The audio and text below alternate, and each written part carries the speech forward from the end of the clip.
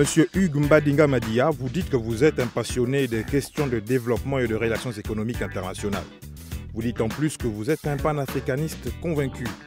Titulaire d'un MBA en haute finance internationale obtenu à l'IFG de Paris, d'un master en gestion de l'université Paris 1 Panthéon-Sorbonne et d'un executive master obtenu à Sciences Po à Paris encore. Économiste incontesté, vous êtes un haut fonctionnaire de l'administration gabonaise. Vos débuts se font au sein du commissariat de mise en place de la zone franche de l'île Mandji comme chargé d'études avant un passage au cabinet du ministre de l'économie et des finances. En évoluant, vous occupez de 2008 à 2014 des fonctions de conseiller économique et financier de plusieurs membres du gouvernement, notamment au ministère de la Coopération internationale, au ministère du Pétrole, au ministère de l'Énergie. Entre 2014 et 2017, successivement secrétaire général adjoint du ministère du Budget et des Comptes publics, directeur général de la dette de 2017 à 2019. Et avant votre entrée au gouvernement, vous avez été directeur de cabinet du Premier ministre de 2019 à 2020. C'est rempli d'expérience que vous êtes nommé ministre des Transports, des Travaux publics et de l'Équipement. À ce jour, vous occupez le poste de ministre du Commerce, des petites et moyennes entreprises et de l'industrie. Et voici Face à vous avec Hugues Mbadinga Madia.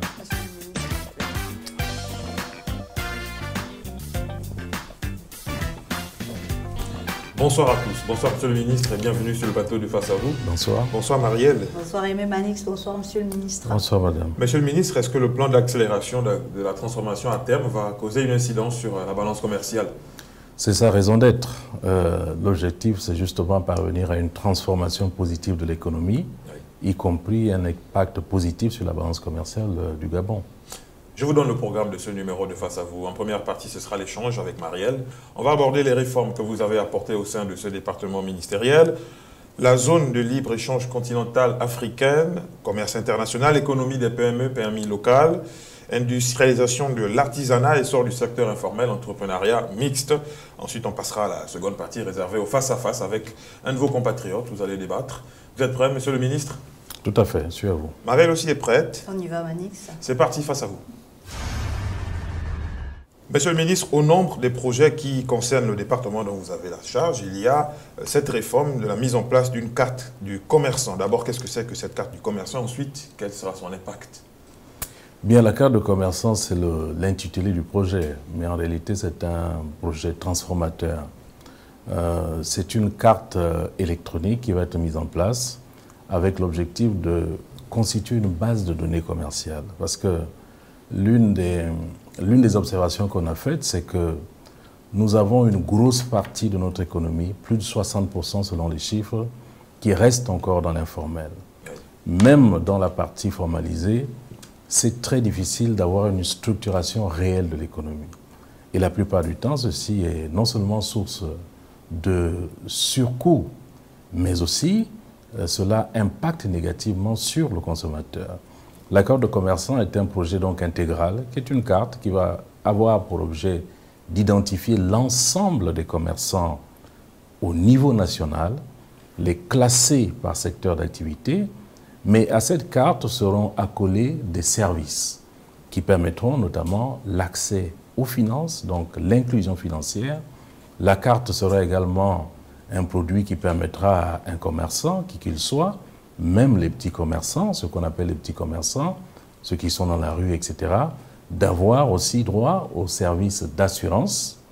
Vous voyez, parce qu'on peut aujourd'hui être commerçant dans le pays sans être réellement protégé. On va y rester 20 ans, 30 ans, sans avoir accès aux services d'assurance. Cette carte permettra effectivement aux détenteurs d'avoir accès aux services d'assurance. Ce sera après quand, Monsieur le Ministre? Nous y sommes déjà. Nous sommes en train de passer l'appel d'offres qui va être finalisé d'ici le mois de septembre. Aujourd'hui, nous avons défendu au niveau du Conseil interministériel le projet de décret qui fixe les modalités d'octroi de cette carte. Nous y sommes et je pense bien que d'ici la fin de l'année, nous serons capables de passer à une étape d'implémentation de la carte. Monsieur le ministre, la zone de libre-échange continentale AZLECAf est entrée en vigueur en janvier de l'année en cours 2021. On aimerait savoir, est-ce que le Gabon est prêt à ce libre-échange et sinon, si oui, quelles sont plutôt les dispositions que vous avez prises pour entrer de plein pied dans cette ZLECAf? Bien, ce qu'il faut relever ici, c'est quand même que le Gabon a anticipé. grâce aux efforts du chef de l'État, le Gabon a procédé à un armement industriel. Aujourd'hui, nous sommes fiers d'avoir pu diversifier l'économie gabonaise. Nous avons des parcs industriels comme la zone d'Nkok. Nous avons également une diversification amorcée, notamment dans le domaine minier. Nous avons des projections dans le domaine de la pêche, etc. Bref, nous sommes prêts parce que grâce justement on va dire, au côté visionnaire du chef de l'État, nous avons pu mettre en place une politique industrielle qui a produit des résultats. La ZLECAf, donc, offre des opportunités au Gabon. Oui. Donc, c'est celle-là, donc cet espace qui concerne aujourd'hui 1,2 milliard d'habitants, plus de 3 000 milliards de dollars de produits intérieurs bruts. C'est aujourd'hui le grand marché qui va nous permettre, au-delà donc du Gabon, d'aller vendre nos produits dans le bois, dans la pêche, où nous avons des opportunités. Mon collègue en charge de la pêche a signé un accord très innovant avec l'Union européenne qui comprend une partie de contenu local. Eh bien, l'industrie qui va être développée à ce niveau, notamment avec le thon, va nous permettre d'aller au-delà justement du Gabon. Parce que nous avons souvent souffert de l'étroitesse du marché. La ZLECAf, justement, nous donne l'opportunité d'aller justement vendre dans un espace qui est beaucoup plus important. Le Gabon est prêt. Nous sommes prêts. On n'est jamais, vous savez, tout à fait prêt, mais je pense que nous avons anticipé. Et aujourd'hui, la ZLECAf est une opportunité pour nous non seulement d'aller vendre les productions qui sont les nôtres, mais aussi d'attirer les investissements. Et pour ça, je peux vous dire que nous sommes aujourd'hui prêts à rentrer dans ce nouveau challenge. Vous avez parlé de la zone à régime privilégié de Nkok. On aimerait savoir quel est le bilan de Nkok aujourd'hui. Autrement dit, qu'est-ce qu'on y fait réellement? Parce que pour beaucoup de Gabonais, voyez-vous, Monsieur le Ministre, ils pensent encore que ce n'est qu'un espace privé sans vie en termes de chiffres. Qu'est-ce que cela donne aujourd'hui? Écoutez, la zone économique à régime privilégié de Nkok est une innovation, encore une fois, gabonaise. Souvenez-vous que c'est grâce à cette zone que nous avons pu enclencher le processus de transformation de nos matières premières, notamment le bois. Nous avions pris un code forestier en 2001. Jusqu'en 2009, nous avons eu du mal, justement, à faire en sorte que la transformation du bois soit une réalité. Cette plateforme appelée Nkok, avec tout le dispositif qui est là, le guichet unique, l'infrastructure, y compris les infrastructures de transport, ont permis effectivement d'attirer ici de nombreux investisseurs. Nkok, en termes chiffrés, c'est 84 entreprises qui y sont aujourd'hui.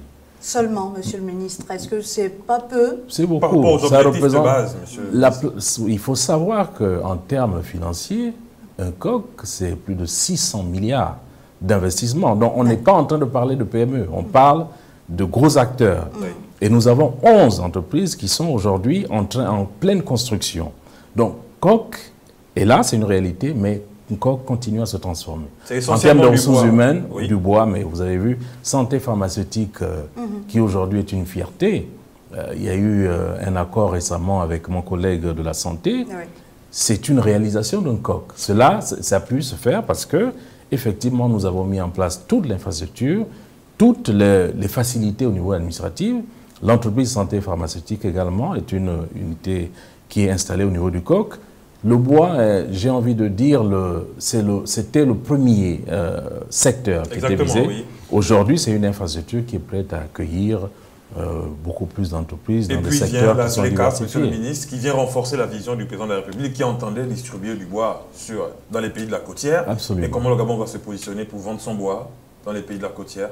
Bien, écoutez, la ZLECAf, comme je vous dis, c'est un marché commun. Ces produits, effectivement, rentrent de fait dans le marché africain.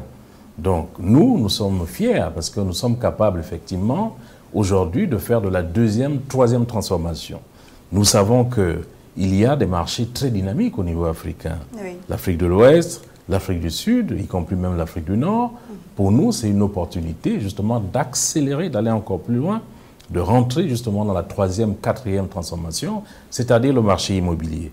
Vous voyez donc qu'en réalisant Nkok, le chef de l'État, le gouvernement ont fait preuve d'anticipation et aujourd'hui, nous pouvons envisager l'entrée dans la ZLECAf de manière plus sereine. C'est bien. Mais est-ce qu'il n'y aura que le bois à mettre sur le marché de la SVECAF ou est-ce qu'on a déjà identifié plusieurs autres produits? Nous sommes en train d'élaborer une stratégie SVECAF que je vais présenter très bientôt en Conseil des ministres. Nous allons... Est-ce qu'on n'est pas en retard par rapport à l'entrée en vigueur en janvier dernier? Oui, non, nous ne sommes pas en retard. Vous savez que c'est d'abord le cadre juridique. La SVECAF, c'est le cadre juridique. Nous avons participé à tous les accords. Moi-même, j'y participe. Je représente le Gabon en qualité de vice-président justement du Conseil des ministres. Nous avons rempli tous nos engagements au niveau juridique. Nous avons participé à toutes les négociations. Nous sommes prêts d'un point de vue par rapport à toute l'organisation juridique, y compris également à, on va dire, toutes les dispositions réglementaires de nos services, notamment les services qui sont au niveau du cordon douanier. Aujourd'hui, nous sommes prêts. La stratégie que nous sommes en train de faire se veut globale. D'accord. Parce que vous avez raison de poser la question. Est-ce qu'il n'y aura que le bois? Non, bien sûr. Le Gabon va compter sur ses forces. Ça, c'est une première chose. L'une de ces forces, c'est la dotation en facteurs. Nous avons 800 km de côte. Nous avons une forêt qui est extrêmement riche. Nous avons des minerais importants. L'axe fondamental que nous instruisent les plus hautes autorités, c'est de parvenir à une transformation progressive de nos matières premières. C'est le premier axe. Le deuxième axe, effectivement, qui est instruit, c'est que l'économie gabonaise soit une économie qui est qualitative. Parce que nous devons, devant des géants africains, compétir avec nos forces. Oui. Et les forces, effectivement, c'est la qualité de l'économie gabonaise. Tous ces éléments que nous devons mettre en place de manière à ce que nous puissions rentrer dans cette zone de libre-échange de la manière la plus compétitive possible. Et nous savons, Monsieur le Ministre, que le Gabon va passer son examen au niveau de l'OMC, l'Organisation mondiale du commerce, avec les autres États de la sous-région CEMAC. Est-ce que nous sommes prêts au niveau du Gabon et quels seront les principaux axes que le Gabon va présenter à cette grand-messe? Bien, l'examen des politiques commerciales, c'est comme ça se fait avec le FMI, c'est un exercice tout à fait normal. Le dernier exercice s'est fait en 2013. Aujourd'hui, nous sommes en train de faire avec les collègues de la CEMAC. Oui. Contrairement à l'exercice de 2013, cette année, c'est le Cameroun qui présente le dossier pour l'ensemble des partis, mais nous travaillons ensemble. Le rapport aujourd'hui que nous avons élaboré est prêt. Et ce rapport, nous allons le soumettre au cours d'une réunion régionale avec les autres États de la CEMAC, probablement au cours du mois de septembre-octobre, avant la réunion de l'OMC où nous irons défendre justement la politique commerciale du Gabon. Oui. Ici, il s'agira, quel est l'objectif qui est visé? Le Gabon est membre de l'OMC. Oui. L'OMC se fixe comme objectif fondamental de faciliter le commerce. Ici, nous allons présenter effectivement tous les atouts du Gabon, toutes les réformes qui ont été mises en place pour faciliter le commerce, démontrer que le Gabon est un acteur, le Gabon est un acteur exemplaire, remplit ses obligations et n'est pas un pays qui entrave le commerce. Vous le voyez, notre pays est un pays qui est libre en termes d'affaires. Nous n'entravons pas, nous sommes plutôt de bons élèves et l'objectif ici, c'est de pouvoir présenter l'ensemble de ces réformes au niveau de l'OMC parce que c'est important. Au sein de cet organe, nous avons toutes les parties prenantes et je peux vous dire que c'est un exercice qu'il faut réussir. Parce que quand on ne le réussit pas, ça peut donner lieu à des conflits entre pays. Mais ce n'est pas le cas pour le Gabon, grâce à Dieu, parce que nous respectons l'ensemble des dispositions édictées par l'OMC. On vous souhaite bonne chance, Monsieur le Ministre. Nous avons appris, nous avons découvert dans la balance commerciale que 5 milliards de francs CFA ont été réservés pour l'achat ou sinon l'importation du piment. Et nous pensons, nous, face à vous, que c'est trop, Monsieur le Ministre. Quid donc de la coopération bilatérale avec votre collègue de l'agriculture afin de favoriser l'entrepreneuriat agricole local, Monsieur le Ministre? Moi, je suis tout à fait d'accord avec vous et ça rentre dans le cadre de l'esprit, justement, de la réforme menée par mon collègue en charge de l'agriculture, qui met en place une politique de substitution des importations. Parce qu'effectivement, nous sommes dépendants très largement de l'extérieur. Trop largement, vous avez raison. Plus de 400 milliards. Ça veut dire des devises, c'est-à-dire ce sont des devises que nous exportons au niveau international. Alors, cela, je vous rassure, cela rentre bien dans ce canevas. Nous travaillons avec mon collègue en charge de l'agriculture, lui sur les questions liées à l'organisation de la production notamment au sein des espaces agricoles qu'il est en train de créer. Il organise cette politique. À notre niveau, au niveau du commerce, c'est trouver le lien avec les structures commerciales, notamment les grandes surfaces et autres, et également promouvoir les PME gabonaises. Vous avez vu l'excellent exemple de Bolokobwe, du village Graine, où des jeunes Gabonais sont formés, sont formalisés en termes d'entreprise, et c'est eux qui deviendront les entrepreneurs, le terme c'est agripreneurs de demain. Oui. Donc c'est une politique qui est prise en charge. Nous sommes comme vous, on regrette effectivement cet état de fait, mais rassurez-vous, ces éléments sont intégrés dans le cadre du pacte et nous sommes en voie de pouvoir trouver des solutions. Monsieur le ministre, dans la capitale gabonaise, nous avons la zone industrielle de Lomé. On aimerait savoir qu'est-ce qu'on industrialise dans cette zone-là qui ressemble un peu plus à un marché. Oui, vous posez là une question importante. Dans le cadre du cadastre commercial, nos prédécesseurs avaient pensé faire de cette zone une zone industrielle. Vous avez vu quand même que... Donc c'est un abus de langage, monsieur Non, pas un abus de langage. Vous voyez quand même qu'il y a quelques industries qui sont là. Il y a quelques... On a commencé surtout avec certains qui opèrent dans le cadre de l'automobile, etc. Mais aujourd'hui, je suis d'accord avec vous que l'aspect commercial a débordé un tout petit peu. Donc, elle n'est plus tout à fait plus la zone... Oui, mais bon, vous avez également d'autres entreprises qui sont là, quelques entreprises industrielles qui sont là. Mais vous posez quand même une question de fond. En fait, la question de fond, c'est de pouvoir doter notre pays de zones industrielles. C'est vrai, nous avons Coq, mais je vous rassure que nous réfléchissons là-dessus. Dans le cadre du cadastre commercial, sur, effectivement, la possibilité de doter notre pays de zones industrielles vraiment, qui permettraient à tous les industriels de le faire dans des zones, Monsieur le ministre, on reproche au gouvernement de beaucoup réfléchir et de peu agir. Est-ce que là, c'est encore une promesse qui ne verra le jour qu'en 2050? Ce n'est pas une promesse. Nous avons été concrets. Actuellement, avec le ministre en charge de l'habitat, nous lui avons demandé d'identifier un espace pour pouvoir à la fois servir justement pour les investissements dans le cadre d'une zone industrielle, parce que tout ne va pas se faire en coq. Vous avez des outils de première transformation, vous avez des productions très simples comme les bassines, tout ce qui concerne voilà, les produits ménagers, etc.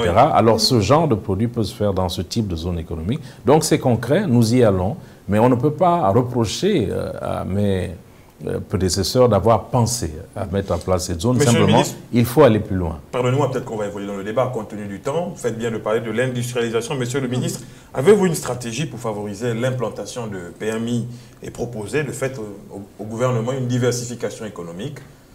Oui, c'est la clé. C'est la clé. Si vous avez pu suivre, nous avons signé un partenariat avec un opérateur indien qui s'appelle Endocorp, pour mettre en place un programme d'introduction de nouvelles technologies, des petites technologies pour les industriels. L'objectif ici, c'est de favoriser des petites et moyennes industries.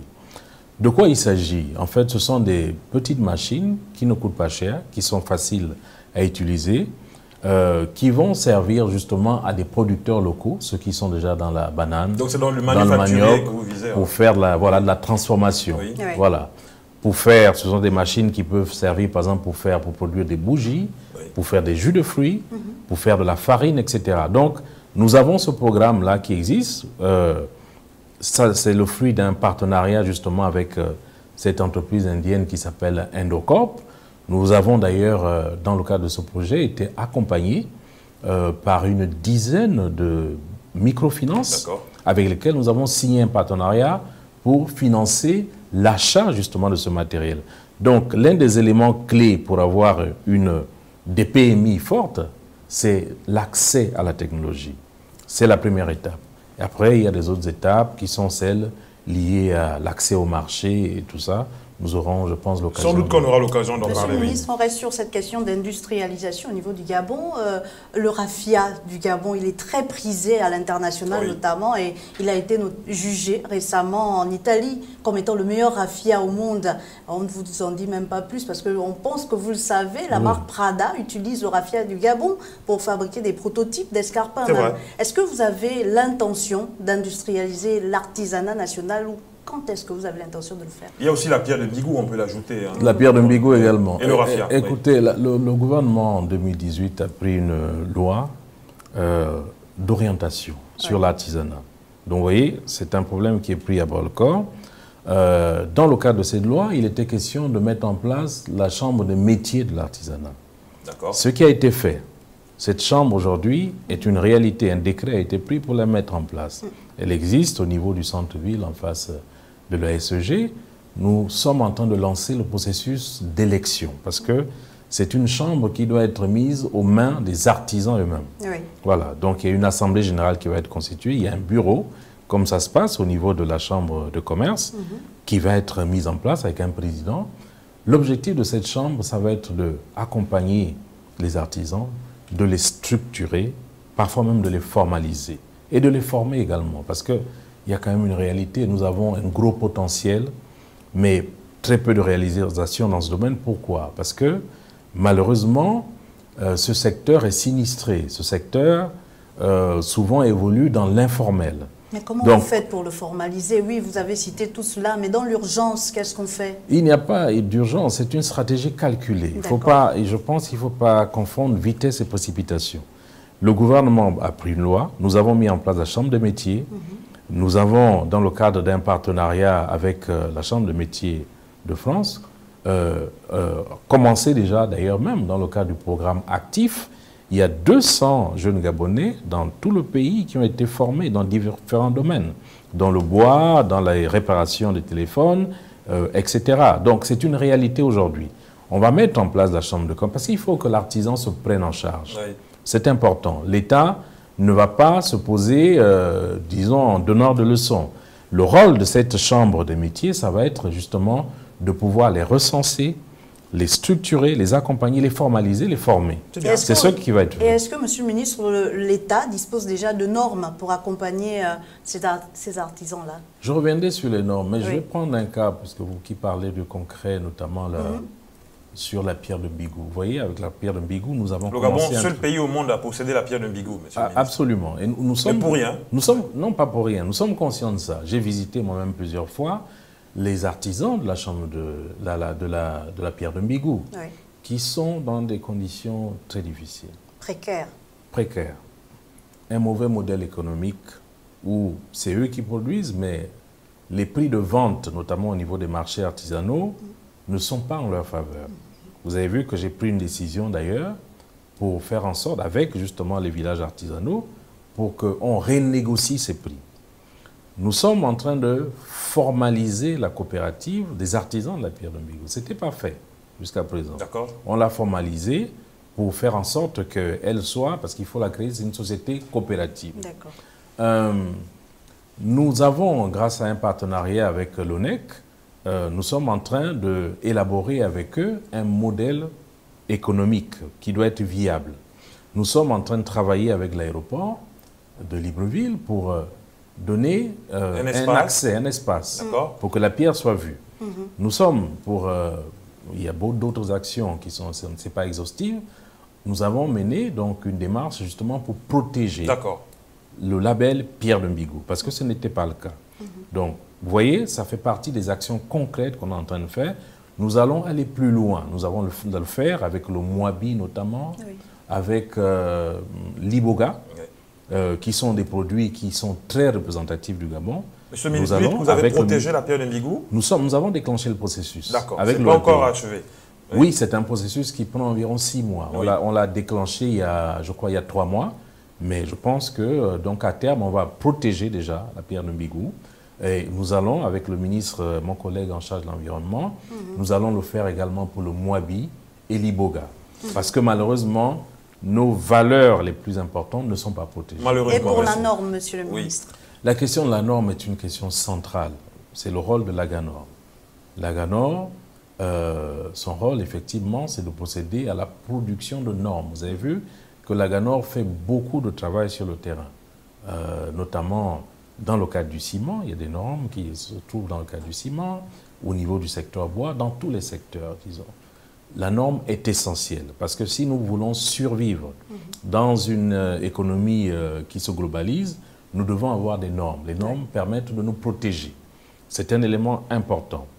Au-delà de ça, nous devons effectivement nous assurer que ces normes sont respectées au niveau national et au niveau international également. Est-ce qu'aujourd'hui on en dispose au niveau national? Oui, on en dispose. Et est-ce que vous avez, dans la stratégie d'identification de tous ceux qui vont exporter pour la ZLECAf, vous avez déjà identifié que leurs produits sont normalisés? Et protégés? Alors, oui, pour certains. Une protection OGAPI ou une protection internationale? Alors, ici, on va commencer par l'OGAPI. Parce que vous savez que plus vous augmentez le rayon, plus ça coûte cher.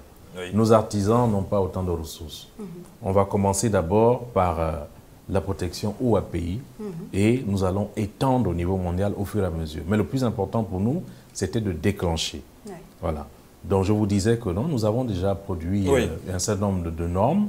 Ces normes sont disponibles, elles sont pour certaines d'application immédiate. Donc c'est un axe central justement du travail que nous faisons. Monsieur le ministre, est-ce que vous avez un annuaire de PME gabonaise aujourd'hui? Malheureusement, jusqu'à présent, nous n'avons pas. Mais je peux vous rassurer que nous avons, grâce à une PME gabonaise, conçu un site internet que nous allons lancer très rapidement pour faire en sorte que nous puissions recenser l'ensemble de ces PME et avoir une base de données des PME. Pour l'instant, Monsieur le ministre, comment en 2021 le Gabon ne dispose pas d'annuaire des PME gabonaises et pourtant, vous nous dites que vous allez seulement lancer le site? Pourtant, il existe plusieurs fonds destinés à accompagner des PME. Beaucoup, mais cela ne veut pas dire que nous n'avons pas d'informations sur les PME. Le problème, c'est que l'information que nous avons est partielle. Nous avons une information au niveau de la Direction générale des impôts, des PME. Les derniers chiffres que nous avons, c'est environ 39 000. Donc peut-être en réalité, c'est 15 000, autour de 15 000 qui sont réellement actives. Nous avons des informations donc, sur les PME avec l'ANPI. Mais ce dont je vous parle, quand on parle de catalogue, c'est qu'il faut aller jusqu'à les classifier. Il faut aller jusqu'à les cartographier. Pour dire que telle PME, par exemple, est à Mouila, telle autre PME est à Koulamoutou, à Franceville. Est-ce qu'on peut espérer d'ici 2023, la fin du PAT, avoir cet annuaire? Non, je pense que vous l'aurez avant la fin de l'année. Vous pouvez le faire, travail déjà qui a été fait d'ailleurs avec, avec une PME gabonaise, donc des jeunes Gabonais. Non, on aura d'ici la fin de l'année. Donc nous y avons pensé. Simplement, les données sont là, mais quand on parle d'annuaire, on parle des informations qui sont encore plus pointues. C'est ce qu'on est en train de faire. D'accord. Monsieur le ministre, je vous propose de suivre les questions de vos compatriotes. Vous allez y répondre. C'est parti, les questions des populations. Monsieur le ministre, donc nous, notre question, nous les commerçants, on subit trop de contrôles. Qu'est-ce que vous pouvez faire pour nous par rapport à ça? Bonsoir, monsieur le ministre. On veut se renseigner parce que nous, les commerçants, là, petits commerces, là, on souffre de tous les jours de contrôle qu'on ne connaît pas. Maintenant, c'est à vous de nous dire ce que nous, on doit payer ou ce qu'on ne doit pas payer. Monsieur le ministre, concernant les jeunes Gabonais qui aimeraient entreprendre, quelles sont les solutions que vous pourriez leur trouver afin de les alléger au niveau de la douane, par exemple? Ma question est pour le ministre du Commerce et des PME. Je voulais savoir, en fait, aujourd'hui, beaucoup d'entrepreneurs se heurtent à la question des cautions bancaires qu'exige l'établissement de la place, bancaire de la place. Et ce qui fait qu'aujourd'hui, bon nombre de projets, en fait, malheureusement, meurent dans l'œuf parce que ces compatriotes n'ont pas les moyens pour pouvoir garantir plus ou moins le montant de l'emprunt qu'ils sollicitent auprès des banques. Est-ce que sur cette question, le ministre des PME a-t-il, on va dire, dans le pipe, un mécanisme qui pourrait soutenir ces entrepreneurs-là qui ont des projets de foi viables, mais malheureusement qui manquent d'investissement, qui manquent de fonds pour pouvoir se lancer dans leur aventure en fait. La conséquence derrière ça, c'est qu'après, ce sont des rêves brisés et des projets abandonnés. Et du coup, ça ne contribue pas plus ou moins à étoffer notre tissu économique local. Est-ce qu'il y a une solution par rapport à ça, monsieur le ministre?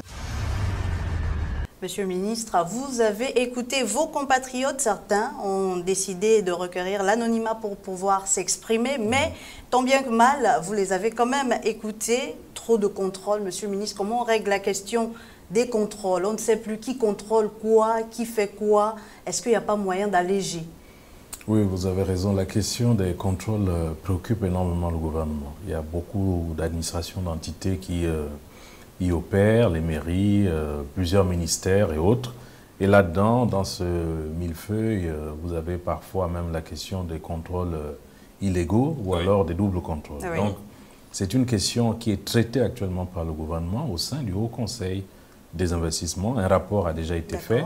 Nous allons nous retrouver autour de Madame le Premier ministre au début du mois d'août pour pouvoir trancher et rationaliser. Donc les compatriotes qui se sont exprimés ont tout à fait raison. C'est vrai, le contrôle est une activité régalienne, c'est vrai, parce qu'il faut protéger le consommateur, mais nous ne voulons pas que le contrôle devienne un frein au développement des affaires et nous sommes en train de nous, on va dire, de nous organiser pour trouver des solutions. Comment vous comptez au niveau du gouvernement accompagner ces petits entrepreneurs qui sont encore aujourd'hui butés avec les frais de douane qui sont également à ce niveau excessif parfois?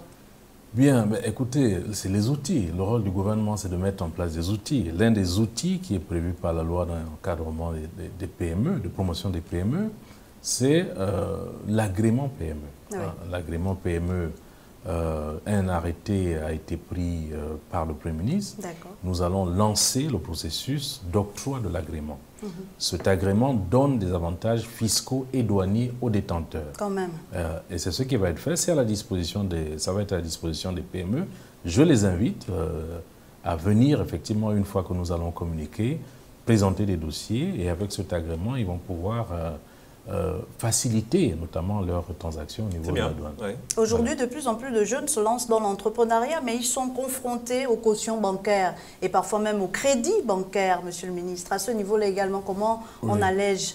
Oui, parce que traditionnellement, on a remarqué effectivement que les banques classiques ont du mal à prêter aux petites et moyennes entreprises. Est-ce que l'État ne peut pas se porter garant pour certaines start-up ou PME? Nous sommes en train d'y arriver. Bon, déjà, je dois louer l'effort que les microfinances font. Vous savez, il y a eu beaucoup d'accords qui ont été signés avec ces microfinances qui essayent de finalement, est-ce que ce n'était pas le rôle du fonds d'Okoumé, fonds Okoumé ou fonds gabonais d'investissement stratégique? Le fonds Okoumé était élaboré comme un fonds de capital risque. Ça veut dire un fonds qui permettent de rentrer dans le capital d'une PME. Bon, c'est une problématique qui est assez complexe. Pourquoi, parce qu'aujourd'hui, ce que je peux vous dire, c'est que en réalité, les PME gabonaises, quand je discute avec elles, ces PME n'ont pas forcément des besoins en termes de capital risque. Leurs besoins, c'est souvent des besoins en termes de, on va dire... Investissement, c'est ça? De fonds de roulement ou d'amorçage. Comment vous pouvez changer ça, Monsieur le ministre? C'est possible? C'est possible. Le président de la République, chef de l'État, a instruit le gouvernement. Et donc, Madame le Premier ministre a demandé au fonds Okoumé Capital, qui est piloté par le FGIS, de se transformer. Donc, les 20 milliards qui étaient prévus dans le fonds Okoumé Capital, voilà. Et ils sont toujours là, ces 20 milliards? Ils sont toujours là, ces 20 milliards. 13 milliards vont être affectés sous forme de garantie. D'après, effectivement, les rapports qu'ils ont faits, ils sont en train de créer aujourd'hui la société qui va gérer cette garantie et nous aurons les premières opérations d'ici la fin de cette année. Donc, le gouvernement s'en préoccupe. Mais il faut aller au-delà. Donc, le gouvernement va mettre en place effectivement l'outil de garantie, mais nous ne nous sommes pas arrêtés là. Nous sommes en train de travailler, notamment avec Proparco, qui est la branche privée de l'AFD, avec des banques locales, deux banques locales que je ne citerai pas. Ils sont en train de négocier pour la signature et la mise en place au niveau du secteur bancaire gabonais de garanties pour les PME. Nous sommes également en train de pousser cet exercice avec la Banque européenne d'investissement. Donc nos équipes, les équipes du ministre de l'économie et les miennes sont en train de travailler pour que la BEI également vienne apporter des garanties qui sont injectés dans le système bancaire local pour faciliter justement l'octroi de crédit aux entreprises. Donc vous voyez, il y a tous des efforts qui sont faits pour que les PME puissent avoir accès au crédit. Nous avons également recueilli une information pour vous sur Internet, Monsieur le ministre, par rapport à l'Aganor, avec la problématique des balances truquées. Vous pouvez voir derrière moi, Monsieur le ministre, trafiquées. la coupure de presse. Voilà. Vous êtes au courant de cet état de fait? Qu'est-ce que le ministère fait par rapport à ces balances-là, qu'on retrouve un peu partout? Madame, c'est nous-mêmes, moi-même en tant que ministre, qui instruit la GANOR d'aller le voir, parce que, comme tous les Gabonais, j'aime bien aller acheter le poisson dans les marchés.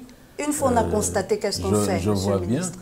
Ah non, non, ils ont commencé, d'abord ils ont instruit justement les différents utilisateurs de pouvoir se régulariser. Parce que l'administration ne va pas frapper tout d'un coup. On a demandé déjà, on prévient, on a demandé, la GANOR a demandé effectivement que ces personnes incriminées se régularisent.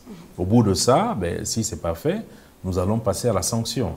Donc ce travail est pris à bras le corps. Nous allons normaliser toutes ces choses, y compris au niveau des produits, des matériaux de construction comme le sable, comme le gravier, qui ne se vendent pas selon la métrologie légale. Donc c'est ce travail qui va être fait, je vous rassure, et ça fait partie des axes prioritaires que j'ai confié à la GANOR. Le ministère du Commerce, un ministère qui a beaucoup d'informations. Merci Marielle d'avoir apporté ces questions aussi pertinentes de vos compatriotes. Monsieur le ministre, c'est maintenant l'heure du face-à-face. Vous allez débattre avec un de vos compatriotes. Tout de suite, le face-à-face. Bonsoir, monsieur Abbas Ndiengi Mabika, bienvenue sur le plateau de Face à vous. Bonsoir. Vous êtes le secrétaire exécutif de la COGASIC, entendez, la Confédération gabonaise des syndicats des commerçants. Vous avez suivi avec beaucoup d'attention la première partie et vous avez des questions à poser à monsieur le ministre. Le débat est ouvert, c'est un face-à-face. Merci. Mais avant que de poser à monsieur le ministre, qui est la tutelle de commerçants, des questions suite à la première partie, je voudrais d'abord m'acquitter d'un agréable devoir. C'est lui de remercier face à vous pour l'opportunité que vous offrez à la Confédération gabonaise des syndicats de commerçants d'être face au ministre et de lui poser... Merci, c'est nous qui vous remercions d'être là, oui. Et la seconde partie, c'est de remercier le ministre, parce que vous savez, sans flatterie, c'est le seul ministre depuis 15 ans, parce que moi je suis secrétaire exécutif de la Confédération gabonaise des syndicats de commerçants depuis 15 ans. C'est le seul ministre qui a donné une orientation, d'accord, pour les commerçants, en mettant sur le plan administratif une circulaire qui donnait une orientation de ce qu'il souhaitait voir dans son département ministériel. C'est un acte fort. Et je profite de la tribune, n'est-ce pas, pour remercier le ministre pour ce cadrage. D'accord, allez, maintenant le débat. Alors, ceci dit, dans les interventions du ministre, il y a une question qu'il a soulevée, qui est la première, celle relative à la carte de commerçant. Je souhaitais revenir, qui, de notre point de vue, constitue un outil statistique très important. Et je souhaiterais que monsieur le ministre, puisque c'est une préoccupation des commerçants... il est là, monsieur le ministre. Qui ne perçoivent pas jusqu'ici, n'est-ce pas, la pertinence, n'est-ce pas, de ces deux outils statistiques. Donc, monsieur le ministre, concrètement, quels sont les avantages liés ou sur lesquels les commerçants s'attendent pour, n'est-ce pas, une meilleure appropriation, notamment la carte de commerçant d'une part et celle de l'entrepreneur d'autre part. Donc les avantages opérationnels. Bien, merci monsieur Ndiengi pour vos mots aimables et l'opportunité que vous me donnez de revenir encore une fois sur la carte de commerçant et celle d'entrepreneur. Alors, de manière synthétique et pratique, je dirais que c'est un outil pour lequel toutes les parties prenantes seront gagnantes. Pour l'administration, c'est d'avoir un outil statistique sur l'ensemble des commerçants. Malheureusement, dans notre pays, on ne sait pas parfois qui fait le commerce. À Mbigou ou parfois à Bitam, dans un domaine clé, on ne sait pas qui fait le commerce. On m'a appris récemment, et là ce sont grâce aux députés de l'Assemblée nationale, qui se développait une filière à Lambaréné de 100 noms et une filière exportatrice. Cette information, elle m'est venue de l'Assemblée nationale. Vous voyez, si on avait un outil statistique, ça permettrait effectivement d'avoir ces informations en amont. Et la carte de commerçant va nous permettre aussi de structurer le commerce pour avoir qui fait l'import-export, qui est grossiste, qui est semi-grossiste, qui est détaillant, jusqu'au consommateur final. Ça permet de voir effectivement sur la chaîne qui fait quoi et comment les gens se font des marges. Pour l'État, c'est essentiel pour mettre en œuvre les politiques commerciales. Oui. Pour les commerçants, le détenteur de cette carte va avoir accès aux services bancaires. Parce que c'est vrai qu'au niveau du Gabon, le taux de bancarisation, c'est autour de 20%. Mais aujourd'hui, avec les nouveaux outils, nous allons pouvoir augmenter la bancarisation des commerçants. Le détenteur de cette carte pourra, grâce justement, parce qu'il y a un certain nombre de partenaires qui tournent autour de ce projet, va pouvoir avoir accès aux services financiers, son compte, ses transactions financières. Le détenteur de cette carte, s'il est un étranger, grâce à un accord avec les services d'immigration, va avoir des facilitations au niveau des services consulaires. Tout à fait. Notamment le renouvellement de... Voilà. Le détenteur de cette carte, une fois qu'il l'a, va avoir accès aux services de sécurité sociale. Le fonds 4, notamment, avec la CNAMGS, parce que la Direction générale du commerce travaille en synergie avec la CNAMGS. Donc, ces bases de données vont pouvoir être partagées avec la CNAMGS pour que les détenteurs, tous nos mamans, tous nos frères et sœurs qui exercent le commerce pendant 20-30 ans, qui sont dans l'insécurité, vont pouvoir avoir accès à des services d'assurance. Grâce à cette carte, effectivement aussi, nous pourrons développer, mettre en place un fonds pour le développement des activités commerciales. Parce que jusqu'à présent, nous, c'est vrai, on parle beaucoup d'industrie et autres, mais la richesse, elle est aussi dans le commerce. Malheureusement, beaucoup de Gabonais ne s'impliquent pas là-dedans. L'objectif en mettant en place tous ces outils, c'est de déclencher un processus justement pour, non seulement pour développer le commerce, mais pour faire en sorte qu'il y ait de plus en plus de Gabonais, parce que demain, le commerce va être vu comme une activité qui est valorisante.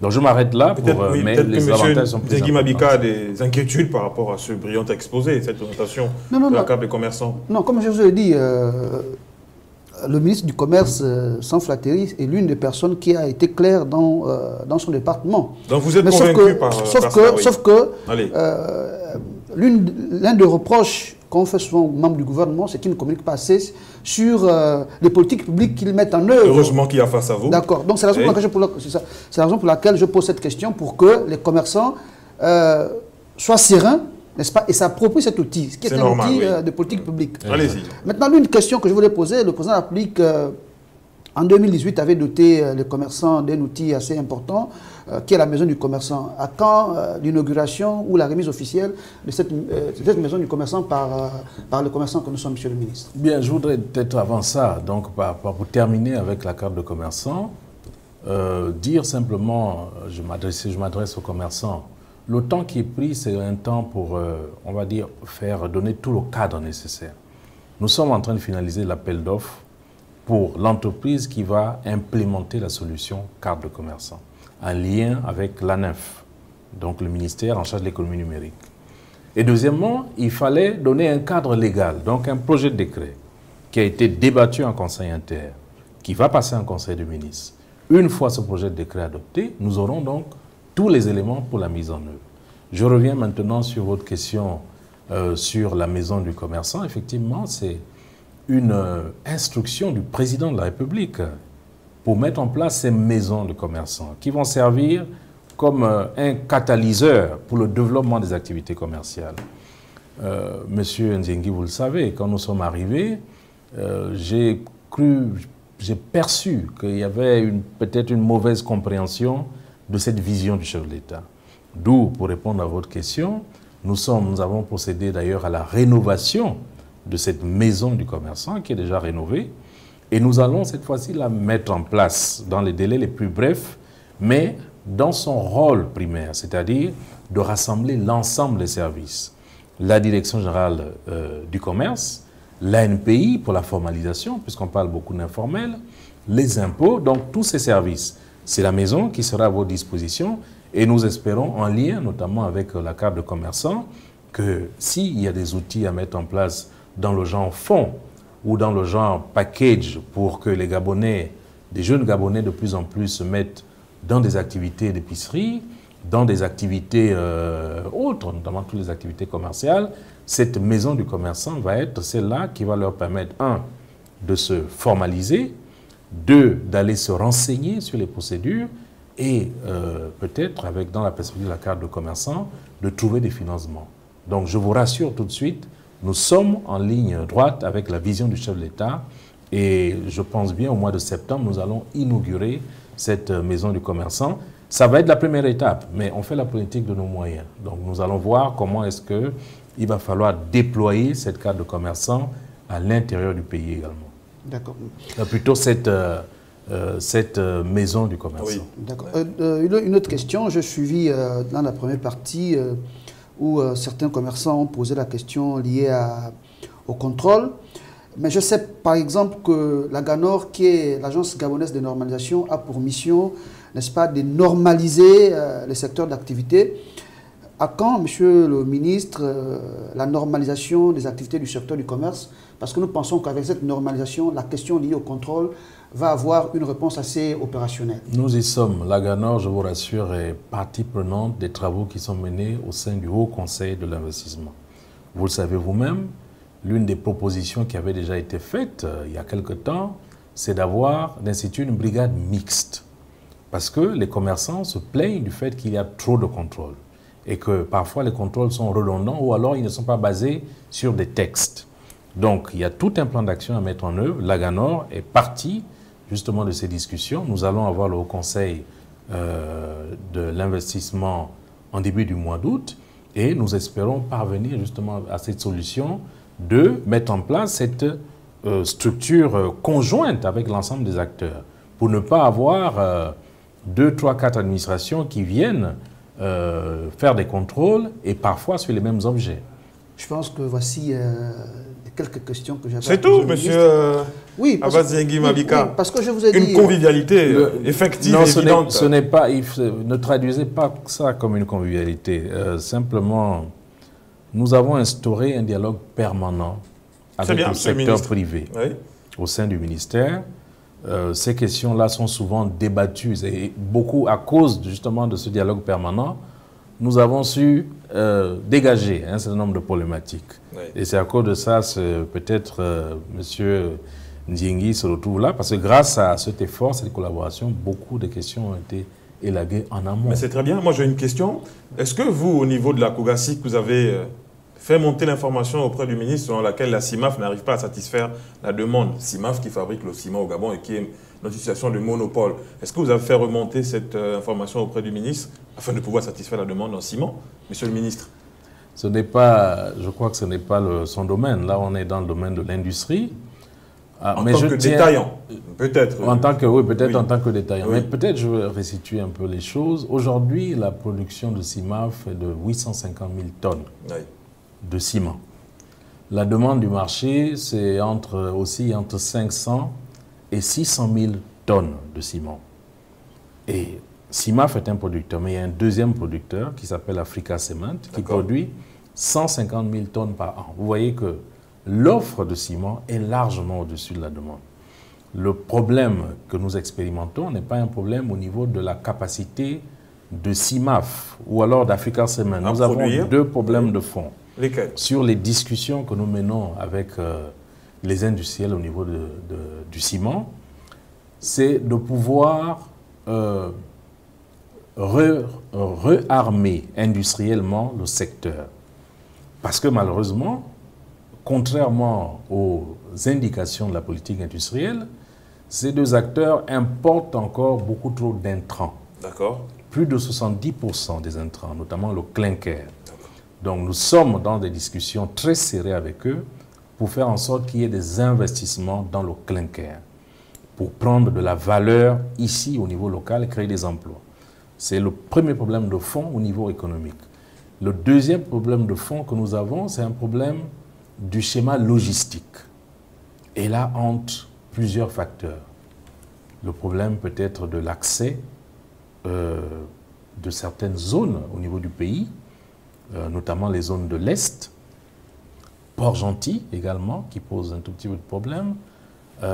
Et donc, nous sommes en train de travailler avec Ciment. Nous leur avons indiqué la nécessité de faire en sorte qu'il y ait 6 plateformes logistiques à l'intérieur du pays pour qu'il y ait une disponibilité du produit en tout temps. C'est là la difficulté. Nous travaillons avec eux. Et troisième axe mais qui n'est pas subsidiaire, mais je peux faire le réserver plus tard, mais je l'annonce quand même qu'on est en train de travailler aussi pour, pourquoi pas, restructurer l'organisation pour qu'il y ait une baisse du prix du ciment. Parce qu'aujourd'hui, les Gabonais se plaignent effectivement que le prix du ciment est un peu élevé. Quand on regarde les chiffres de la CIMAF, CIMAF produit le ciment à 76 000 francs CFA la tonne. D'accord. Mais quand on regarde, déjà dans le Grand Libreville, c'est 100 000 la tonne. Quand on va à l'intérieur du pays, c'est 120 à 150 000 la tonne. C'est trop. Et donc, Madame le Premier ministre nous a instruit effectivement de travailler avec eux pour qu'il y ait une réorganisation afin de parvenir à une baisse des prix justement du ciment. Surtout que nous sommes à la période où la demande de ciment est très élevée, très forte, et donc il convient de réagir, d'agir très vite. Monsieur le ministre, merci d'avoir été donc sur ce plateau, à répondre à notre invitation. Monsieur Abbas Ndiengi Mabika, vous aussi, merci à vous. C'est la fin, messieurs, de ce numéro de Face à vous. Merci à vous d'avoir été des nôtres. Merci. On va se retrouver prochainement. Entre-temps, portez-vous bien.